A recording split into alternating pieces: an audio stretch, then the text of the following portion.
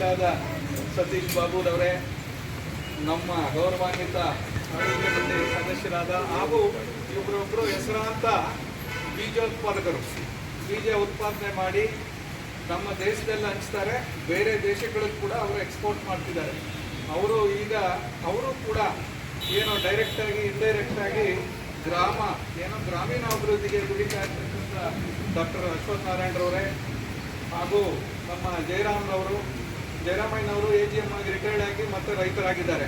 So ಅವರು ಕೂಡ ಈಗ ನಮ್ಮ ಗ್ರಾಮ ಅಭಿವೃದ್ಧಿಗೆ ಶ್ರೇಯ ಹೊತ್ತಿದ್ದಾರೆ. ಅದೇ ರೀತಿ ನಮ್ಮ ಡಾಕ್ಟರ್ ಹರಣಿ ಕುಮಾರ್ ಅವರು ಇರತಕ್ಕಂಥವರು ಈ ಸ್ಥಳೀಯವಾಗಿ ಜನರನ್ನು ಮತ್ತು ಅವರ ಪ್ರಾಬ್ಲಮ್ಗಳನ್ನು ಅರಿತುಕೊಂಡಿರ್ತಕ್ಕಂಥವರು, ಅವ್ರಿಗೂ ಸಹ ಈ ಸಂದರ್ಭದಲ್ಲಿ ನಾನು ಅಭಿನಂದಿಸ್ತೇನೆ. ಹಾಗೂ ನಮ್ಮ ಹೆಸರಾಂತ ವಾಗ್ಮಿಗಳು ಹಾಗೂ ಅಡ್ವೊಕೇಟ್ರು ಹಾಗೂ ಈ ಬ್ಯಾಂಕಿನ ಕಾನೂನು ಸಲಹೆಗಾರರಾದಂಥ ಗುರುಪ್ರಸಾದ್ ಅವರು ಕೂಡ ಅವರು ಭಾಳ ಚೆನ್ನಾಗಿ ಮಾತಾಡಿದ್ರು. ಇನ್ಫ್ಯಾಕ್ಟ್ ನಾನು ಹೇಳೋದಿಷ್ಟೇ, ನೀವೆಲ್ಲರೂ ಸಾಲ ತಗೊಳ್ತಾ ಇದ್ದೀರಾ. ಇವತ್ತು ಇದು ಸಾಲ ಅಂತ ನಾವು ಕನ್ಸಿಡರ್ ಮಾಡೋದಿಲ್ಲ, ಸಾಲ ಅನ್ನಬಾರ್ದು.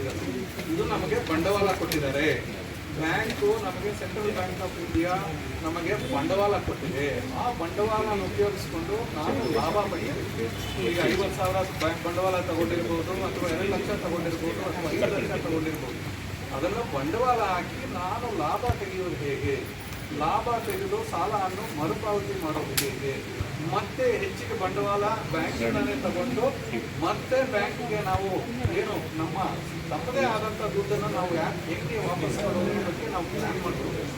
ಈಗ ನಮಗೆ ಒಂದು ನಿರ್ದಿಷ್ಟ ಆದಾಯ ಬರುತ್ತೆ ಅಂದ್ಕೊಳ್ಳೋಣ, ಒಂದು ತಿಂಗಳಿಗೆ ಒಂದು 10,000 ದುಡಿತೀವಿ ಅಂದ್ಕೊಳ್ಳೋಣ. ನಾವು ಯಾವುದ್ರಲ್ಲಾದ್ರೂ 10,000 ದುಡಿದ್ರೆ ಅದನ್ನು ನಾವು 10,000 ದುಡಿದಿದ್ದು ಯಾವ ರೀತಿ ನಾವು ಅದನ್ನು ಹಂಚಿಕೆ ಮಾಡಬೇಕು, ಆಯವ್ಯಯ ಮಾಡ್ಕೋಬೇಕು. ಹಂಚಿಕೆ ಮಾಡೋದಕ್ಕೆ 2,000 ಮನೆ ಖರ್ಚಿಗೆ, 2,000 ಬಟ್ಟೆ ಬನಿಗೆ, ಇನ್ನೊಂದು 2,000 ನನ್ನ ಮಕ್ಕಳ ಫೀಸ್ಗೆ, ಯೂನಿಫಾರ್ಮ್ಗೆ, ಇನ್ನೊಂದು 2,000 ಕೂಡಿಡೋದಕ್ಕೆ.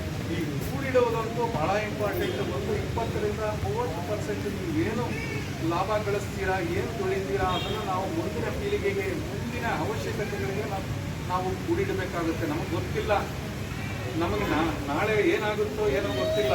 ಈಗ ಬರ ಬಂದಿದೆ, ಇನ್ನೊಮ್ಮೆ ಏನೋ ಬರಬಹುದು, ಅಥವಾ ಕಾಯಿಲೆಗಳು ಬರ್ತಾ ಇದ್ದಾವೆ, ಏನು ಅಂತ ನಮಗೆ ಒಂದು ನಿರ್ದಿಷ್ಟ ನಮಗೆ ನಂಬಿಕೆ ಇದ್ದಂಗೆ ಆಗ್ಬಿಟ್ಟಿದೆ ಈಗಿನ ಪರಿಸ್ಥಿತಿನಲ್ಲಿ. ಹಾಗಾಗಿ ಈ ಸೇವಿಂಗ್ಸ್ ಅಂತ ಏನು ಹೇಳ್ತೀವಿ, ಇದು ನಾವು ನಿಧಿಯನ್ನು ಇಡೋದು ಕೂಡ ಬಹಳ ಮುಖ್ಯ.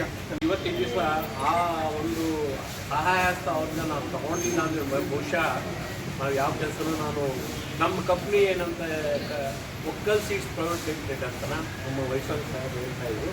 ಒಕ್ಕಲ್ನೆಲ್ಲ ಮುಂಚೆ ಮಾತಾಡ್ತಾ ಇದ್ವಿ. ಸುಮಾರು 10-12 ದೇಶಕ್ಕೆ ನಮ್ಮ ಬೀಜಗಳನ್ನ ರಫ್ತು ಮಾಡ್ತಾ ಇದ್ದೀವಿ.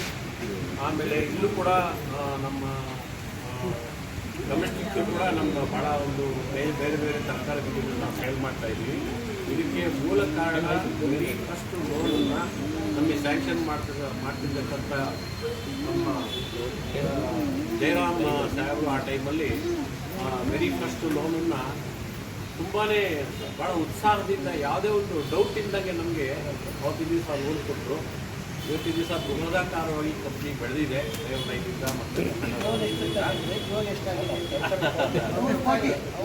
ಇವತ್ತಿನ ದಿವಸ ಒಂದು 100 ಕೋಟಿಗೆ ಬೆಲೆ ಬಾಳುತ್ತೆ ನಮ್ಮ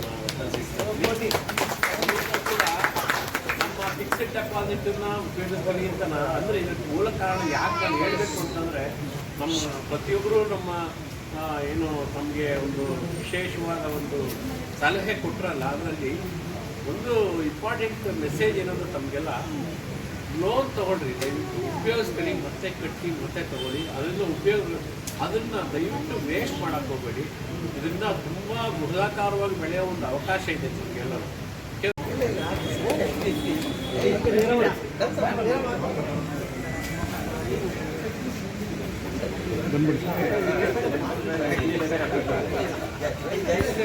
ಬನ್ನಿ ಸರ್, ಕ್ಲೋಸ್ ಆಗ್ತದೆ ಸರ್.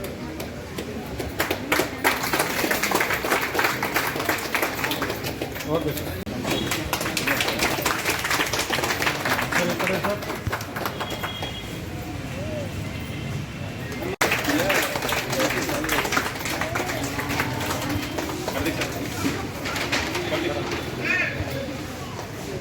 ಸಮರ್ಪಿ.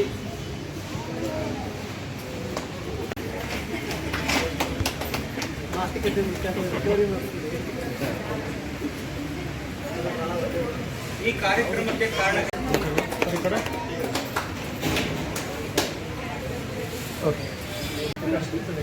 ಕೃಷಿ ವಿಶ್ವವಿದ್ಯಾಲಯ ಮಂಡ್ಯದ ಉಪಕುಲಪತಿಗಳಾದ ಡಾಕ್ಟರ್ ಕೆ.ಸಿ. ನಾರಾಯಣ ಸ್ವಾಮಿ ಸರ್ ಅವರಿಗೂ ಕೂಡ ಹೃತ್ಪೂರ್ವಕ ಧನ್ಯವಾದಗಳನ್ನು. ನಮ್ಮ ಕಾರ್ಯಕ್ರಮಕ್ಕೆ ಮುಖ್ಯ ಅತಿಥಿಗಳಾಗಿ ಆಗಮಿಸಿ ಬ್ಯಾಂಕಿನ ಮತ್ತು ಕೃಷಿ ಕ್ಷೇತ್ರದ ಅಭಿವೃದ್ಧಿಗೆ ತಮ್ಮ ಮಾರ್ಗದರ್ಶನ ನೀಡಿದ ಶ್ರೀ ಸತೀಶ್ ಬಾಬು ಸರ್, ಪ್ರಾದೇಶಿಕ ಮುಖ್ಯಸ್ಥರು, ಬೆಂಗಳೂರು ವಲಯ, ಸೆಂಟ್ರಲ್ ಬ್ಯಾಂಕ್ ಆಫ್ ಇಂಡಿಯಾ ಅವರಿಗೂ ಕೂಡ ಹಾಗೆ ತಮ್ಮ ಅಮೂಲ್ಯ ಉಪಸ್ಥಿತಿಯಿಂದ ಕಾರ್ಯಕ್ರಮಕ್ಕೆ ಮೆರುಗು ತಂದ doctor SC. Ashwath Narayan sir ಹಾಗೂ ಡಾಕ್ಟರ್ ಅರಿಣಿ ಕುಮಾರ್ ಅವರಿಗೆ ಹಾಗೂ ಈ ಕಾರ್ಯಕ್ರಮಕ್ಕೆ ಅತಿಥಿಗಳಾಗಿ ಆಗಮಿಸಿರುವ ಡಾಕ್ಟರ್ ಜಯರಾಮಯ್ಯ ಸರ್ ಎಕ್ಸ್.ಎ.ಜಿ.ಎಂ ಅವರಿಗೂ ಕೂಡ ಧನ್ಯವಾದಗಳನ್ನು ಹೇಳ್ತಾರೆ. ಹಾಗೂ ಬ್ಯಾಂಕಿನ ವಕೀಲರಾಗಿರ್ತಕ್ಕಂಥ ಗುರುಪ್ರಸಾದ್ ಸರ್ ಅವರಿಗೂ ಕೂಡ ಧನ್ಯವಾದಗಳನ್ನು ಹೇಳ್ತಾರೆ. ಇಂದಿನ ಕಾರ್ಯಕ್ರಮದ ಪ್ರಮುಖ ಭಾಗವಾಗಿರುವ ನಮ್ಮ ಕೃಷಿ ಸಾಲದ ಫಲಾನುಭವಿಗಳು ಹಾಗೂ ಸ್ವಸಹಾಯ ಸಂಘದ ಸದಸ್ಯರು ಈ ಕಾರ್ಯಕ್ರಮಕ್ಕೆ ಭಾಗವಹಿಸಿದ್ದಕ್ಕೆ ಧನ್ಯವಾದಗಳನ್ನು ಹೇಳ್ತೀನಿ.